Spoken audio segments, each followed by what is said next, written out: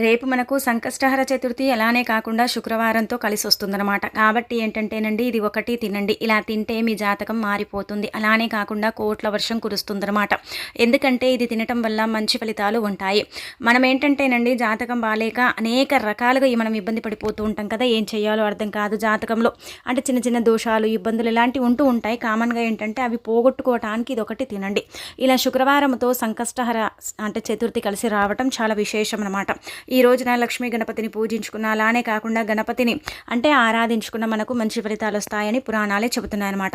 అందుకే మీరు ఏంటంటే కనుక కొన్ని నియమాలను ఆచరించుకుంటూ ఇలా ఈ పనులు చేసుకుంటూ ఈ పరిహారం చేసుకొని ఇదొకటి తింటే చాలండి. ఇక మీ సుడి తిరిగిపోతుంది. చాలా మంచి రిజల్ట్ అయితే మీరు పొందుతారు. గణపతి అనుగ్రహంతో ఏంటంటే ఆటంకాలు, అడ్డంకులు, విఘ్నాలు లేకుండా మీరు చేసే ప్రతి పని కూడా ముందుకు వెళ్ళటం, సక్సెస్ని చూడటం ఇవన్నీ కూడా ఏంటంటే మీ కళ్ళతో మీరు చూసి ఆశ్చర్యపోతారని చెప్పొచ్చు. అసలు ఏం తినాలి, ఎలాంటి నియమాలను ఆచరించాలో తెలుసుకునే ముందు ఒక చిన్న రిక్వెస్ట్ అండి. వీడియోని పూర్తిగా చూడండి, నచ్చితే లైక్ చేయండి, కొత్తగా చూస్తున్నట్టయితే సబ్స్క్రైబ్ చేసుకోండి.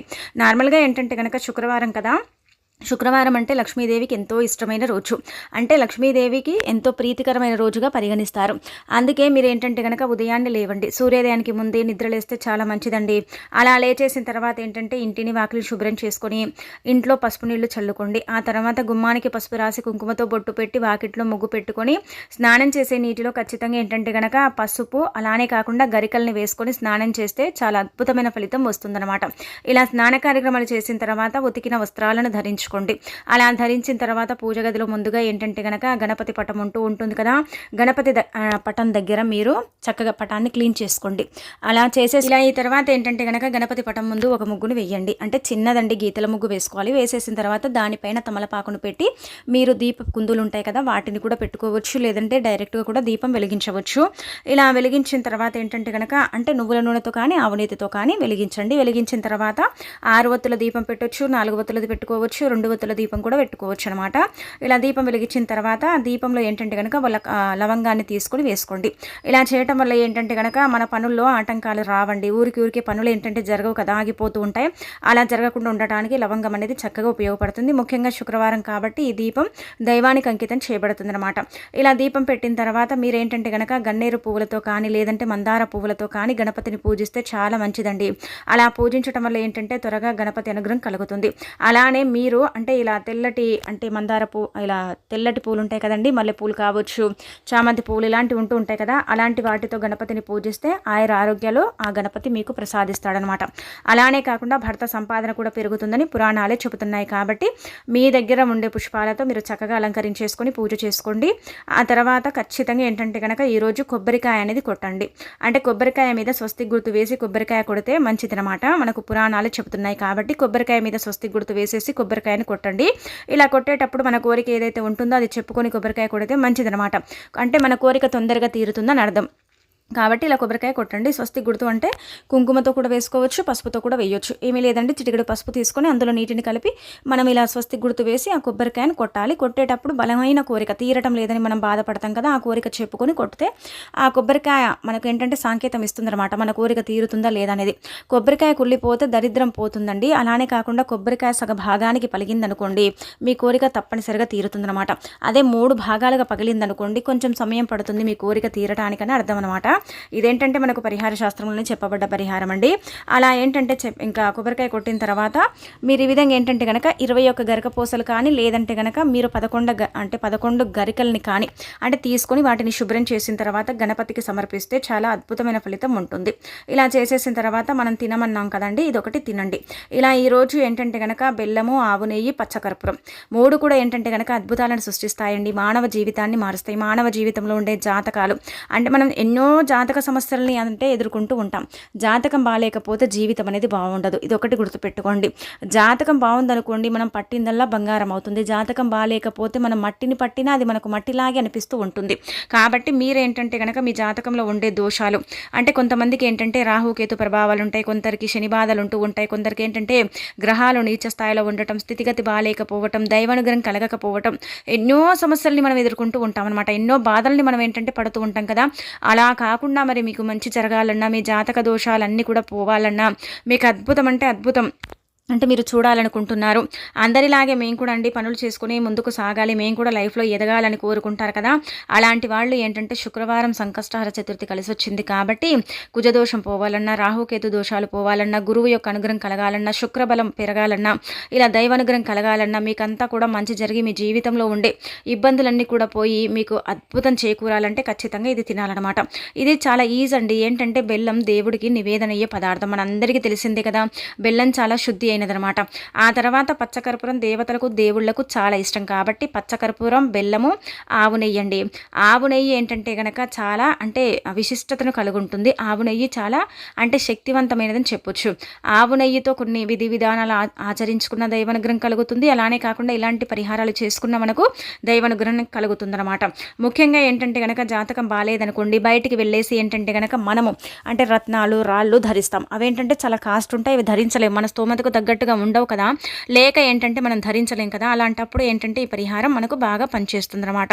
ఈ పరిహారం కొంత లక్షల్లో కూడా చేసేసుకుని ఫలితాలను పొందారు కాబట్టి మీరు కూడా చేసేసి ఫలితం పొందటం వల్ల జాతక దోషాలు, జాతక సమస్యలన్నీ కూడా ఇట్టే పోతాయన్నమాట.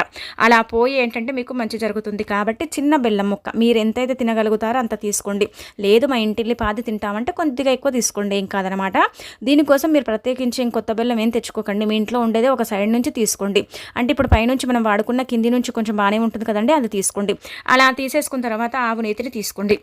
ఆవు నెయ్యి ఏంటంటే కనుక 5 చుక్కల ఆవు నెయ్యి బెల్లం పైన వేసుకోవాలండి. కొంతమందికి నెయ్యి ఇష్టం ఉంటుంది, కొంతమందికి ఇష్టం ఉండదండి. కాబట్టి మీరు కొంచెం చూసుకొని వేసుకోండి. అలా వేసేసిన తర్వాత చిటికెడు అంటే కర్పూరం, పచ్చ కర్పూరం మాత్రమే వాడాలండి, మిగతా కర్పూరాలు వాడకూడదు. చిటికెడ తీసుకోవాలి, చేతితో మెదిపేసి ఆవు నెయ్యి పైన ఈ కర్పూరం వేసేసిన తర్వాత ఏంటంటే కనుక మనం అంటే గణపతి పటం ముందు పెట్టాలండి.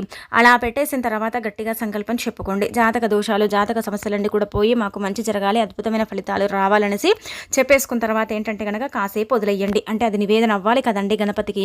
అలా నివేదన అవ్వాలనేసి మీరు ఉంచేసి కాసేపు ఒక 5-6 నిమిషాలు ఉంచేసిన తర్వాత తీసేసుకుని ఇంటిల్లిపాది కూడా ఓ చిన్న చిన్న ముక్క బెల్లం ముక్కని తినేయండి.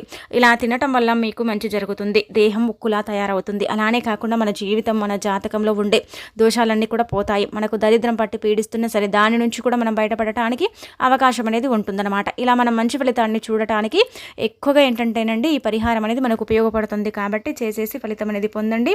మీకుండే ఇబ్బంది అంతా కూడా పోగొట్టుకోండి. చాలా మంచి ఫలితం అయితే వస్తుంది. ఆ రిజల్ట్ని చూసే మీ కళ్ళతో మీరు ఆశ్చర్యానికి గురవుతారనమాట. ఇదేంటంటే ఉదయం పూట, సాయంత్రం పూట ఎప్పుడైనా చేయొచ్చు. ఇప్పుడే చేయాలి, అప్పుడే చేయాలని రూల్ ఏమీ లేదు. ఎప్పుడు చేసుకున్నా కానీ ఫలితం వస్తుంది. కాబట్టి ప్రయత్నించండి, ప్రయత్నించేసి ఫలితం అనేది పొందండి. రెండోది ఏంటంటే కనుకనండి గుర్తుపెట్టుకోండి, అప్పును తీర్చుకోవడానికి ఈరోజు సంకష్టహర చతుర్థి. అలానే కాకుండా ఏంటంటే కనుక శుక్రవారం కదా, అద్భుతమైన రోజు అండి. అప్పు ఉందండి, అప్పుతో చాలా సతమతమైపోతున్నాం, ఇబ్బంది పడిపోతున్నాం అనుకుంటారు కదా. అలాంటి వాళ్ళు అప్పుని తీర్చుకోవడానికి ఇప్పుడు చెప్పే పరిహారం ఉపయోగపడుతుందన్నమాట. మానవ జీవితం అన్న తర్వాత సర్వసాధారణంగా అప్పులు అనేవి ఉంటూ ఉంటాయి. అప్పుల వల్ల చాలా ఇబ్బంది పడిపోతూ ఉంటాం. ఎలాగైనా సరే అప్పుని తీర్చుకోవాలని ఏంటంటే చాలా తపన పడిపోతూ ఉంటాం కదండి. అలాంటి వాళ్లకు ఈ రోజు చక్కగా అనుకూలిస్తుంది, చాలా మంచి రిజల్ట్ని తెచ్చిపెడుతుంది అనమాట. మీరేం చేయకండి, ఒక 5 రూపాయల బిల్లని తీసుకొని ఇప్పుడు చెప్పే విధంగా పరిహారం చేసుకుంటే అప్పులు తప్పకుండా తీరిపోతాయి అనమాట. అప్పుల నుంచి మనం బయటపడవచ్చు. డబ్బుతో డబ్బు పరిహారం చేస్తే ఖచ్చితంగా సిద్ధిస్తుందండి, ఇది మాత్రం మీరు గుర్తుపెట్టుకోండి. అలానే కాకుండా ఏంటంటే ధన సమస్యల్ని పోగొట్టుకోవడానికి, డబ్బు సమస్యలన్నీ కూడా మన నుంచి దూరం అవ్వటానికి, అప్పుని తీర్చుకునే మార్గాలు మనకు తెలియటానికి, అలానే కాకుండా భగవంతుడి యొక్క అనుగ్రహం కలిగి మనం ఎప్పుడు కూడా అండి అప్పులు ఇస్తూనే ఉండటానికి కూడా ఈ పరిహారాలు అనేవి మీకు పనిచేస్తాయి అనమాట. కేవలం అండి 5 రూపాయల బిళ్ళలతో చేయాలన్నమాట. అలా చేసుకోవటం వల్ల అయితే ఫలితాలు అధికంగా ఉంటాయి. కాబట్టి ప్రయత్నించండి. అంటే దీపారాధన చేసేసుకొని గణపతి పటం ముందు చేయొచ్చు, లక్ష్మీదేవి పటం ముందు కూడా చేయొచ్చు. శుక్రవారం కాబట్టి డబ్బుతో పరిహారం చేసే వాళ్ళకైతే 99% ఫలితం ఉంటుందన్నమాట. అంటే ఇంకా మీకు ఫలితం రాదు, దీనివల్ల ఏం ప్రయోజనం ఉండదని కాదు, ఉంటుంది ఫలితం కూడా, మీరు మీ కళ్ళతో చూస్తారండి. అందుకే మీరు ఏం చేయండి అంటే కనుక ఒక గాజు బౌల్ని తీసుకోండి. తీసేసుకున్న తర్వాత అందులో ముఖ్యంగా మీరు అంటే ఒక స్పూన్ అంత పసుపు, ఒక స్పూన్ అంత గంధము, ఆ తర్వాత అందులో చిటికెడంతా పచ్చకర్పూరం పొడి కలపండి. ఇలా ఇక్కడ చూపించే విధంగా ఇదంతా కూడా అండి ఇలా మీరేంటంటే మిక్స్ చేయండి. అలా చేసేసిన తర్వాత ఏంటంటే మీరు 5 రూపాయల బిళ్ళలు తీసుకోండి. 5 రూపాయల బిళ్ళలు అష్టలక్ష్ములుగా చెప్పబడతారు. అలానే కాకుండా ఏంటంటే కనుక ఈ లక్ష్మీదేవికి చాలా ఇష్టం అనమాట. చాలా మంచి ఫలితాలను తెచ్చిపెట్టడానికి, ధనంతో పరిహారం చేస్తున్నాం కాబట్టి అప్పు తీరటానికి, అప్పుల కూబిలో నుంచి మనం బయటికి రావడానికి ఏంటంటే ది బెస్ట్గా పనిచేసే పరిహారం అని కూడా మనకు పరిహార శాస్త్రంలోనే చెప్పబడుతుంది. వస్తుందన్నమాట. అందుకే మీరు ఈ విధంగా రూ. 5 బిళ్ళలు మాత్రమే తీసుకోవాలి. ఆ ప్లేస్లలో మీరు ఇంకా ఏది తీసుకున్నా కానీ పెద్దగా ఫలితం రాదు కాబట్టి రూ. 5 బిళ్ళల్ని తీసుకొని వాటిని ఏంటంటే గనకనండి కొంచెం అంటే ఇలా మనం చేతిలో పట్టుకొని కాసేపు సంకల్పం చెప్పుకోవాలి. డబ్బుని చేతిలో పట్టుకున్నప్పుడు ఏంటంటే గనక మనలో ఉండే కొన్ని అంటే మనకు తెలియని శక్తులు ఉంటాయి కదండి. అంటే ఇప్పుడు మనం అప్పు గురించి చాలా బాధపడిపోతున్నాం, ఇబ్బంది పడుతున్నాం కదా, అదంతా కూడా ఏంటంటే ఆ డబ్బు తీసేసుకుంటుంది అనమాట, లాగేసుకుంటుంది. అయస్కాంతం కంటే కూడా ఫాస్ట్గా డబ్బు ఆకర్షిస్తుంది అనమాట. అంటే అది తీసేసుకుంటుంది, మొత్తం సమస్యల్ని కావచ్చు, బాధల్ని కావచ్చు, ఇబ్బందులను కావచ్చు తీసేసుకుంటుంది. అలా తీసేసుకున్న తర్వాత వాటిని ఇలా మనం కలిపిన మిశ్రమం అంటే గంధము అలానే కాకుండా పచ్చకర్పూరం పసుపు కలిపాం కదా, కలిపిన తర్వాత ఈ రూ. 5 బిళ్ళలు అందులో ఇంకొకసారి సంకల్పం చెప్పుకొని వేసుకొని గణపతి పట్టం ముందు పెట్టుకుంటాం. పెట్టేసుకొని ఏంటంటే కనుక నమస్కారం చెప్పుకొని ఓం గం గణపతి నమః అని 108 సార్లు ఈ మంత్రాన్ని పఠించుకొని గుంజీలు తీసి ఆ తర్వాత మనము ఇంకా నమస్కారం చేసేసుకుంటే ఫైనల్గా అయిపోతుంది. అక్షంతలు తలపై చల్లుకొని కూడా మనం ఏంటంటేనండి గణపతిని అంటే ఇలా నమస్కరించేసుకుంటే సరిపోతుందన్నమాట. ఇలా చేయండి. ఇలా చేయటం వల్ల ఏంటంటే అప్పు ఖచ్చితంగా తీరుతుందండి. ఇలా గణపతి అనుగ్రహం కలుగుతుంది, లక్ష్మీదేవి అనుగ్రహం కలుగుతుంది. డబ్బు కాబట్టి అత్యంత పవిత్రమైనది, చాలా చాలా పవర్ఫుల్ అనమాట. డబ్బు అంటే ధనం కదా, ధనం వల్ల ఏం జరుగుతుంది అని చాలామంది అనుకుంటారండి. కానీ ఒకటి గమనించుకోండి, అంటే మనము ఒక్క రూపాయి కూడా అండి మన జీవితాన్ని మారుస్తుంది. అలా మనం రూ. 5 అంటే రూ. 5 అంటే కనుక రూ. 25 తీసుకొని ఇక్కడ పరిహారం చేస్తున్నాము. కోట్ల అప్పునైనా సరేనండి తీరుస్తుంది. అలానే కాకుండా మనకి ఇబ్బంది అనేది లేకుండా చేయడానికి ఉపయోగపడుతుంది. కాబట్టి పరిహారం మీరు ఎంత అంటే నమ్మకంతో చేసుకుంటారో అంత మంచి ఫలితం అయితే ఉంటుంది, అంత పర్ఫెక్ట్ పరిహారం అనేది మీకు సిద్ధిస్తుందని చెప్పొచ్చు. కాబట్టి ప్రయత్నించేసి ఫలితం అనేది పొందండి. శుక్రవారం సంకష్టహార చతుర్థి రావటం చాలా విశేషం. అది కూడా ఏంటంటే వైశాఖ మాసంలో వచ్చింది కాబట్టి ఇంకా పరమ పవిత్రమైనదని చెప్పొచ్చు. అందుకే ఈ విధంగా ఈ పరిహారం చేయడం వల్ల అప్పు తీరుతుంది, అనేక రకాల సమస్యల నుంచి కూడా మనం బయటపడతాం. ఇలా పెట్టేసిన తర్వాత ఒక రాత్రంతా కూడా గడిచిపోయిన తర్వాత తెల్లారండి శనివారం ఉంటుంది కదా, అప్పుడు ఏం చేయండి అంటే కనుక ఆ పసుపులో నుంచి మీరు అంటే ఇలా రూ. 5 బిళ్ళలు తీసుకోండి, పసుపుని సపరేట్ చేసుకోండి.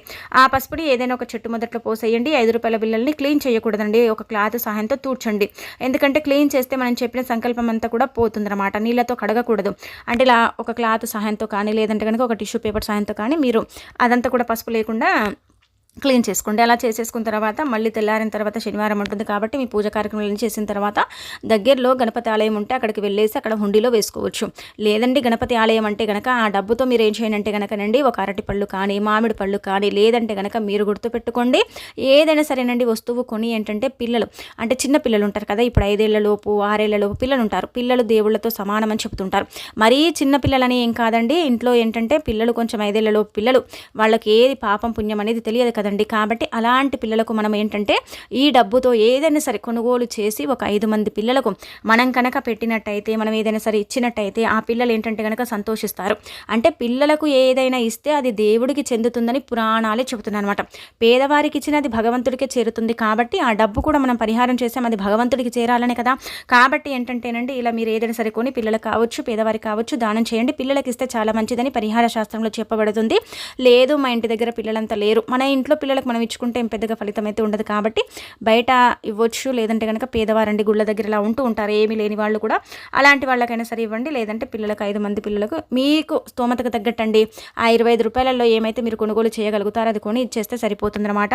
మంచి ఫలితం అయితే వస్తుంది, మీ అప్పు తీరుతుంది. అప్పు తీరే మార్గాలు తెలుస్తాయి. అప్పుల కూబిల నుంచి మీరు బయటికి వస్తారు. అప్పులనేవి ఉండవు, మీరే అప్పులు ఇచ్చే స్టేజ్కి వెళ్ళడానికి కూడా అవకాశం ఉంటుంది.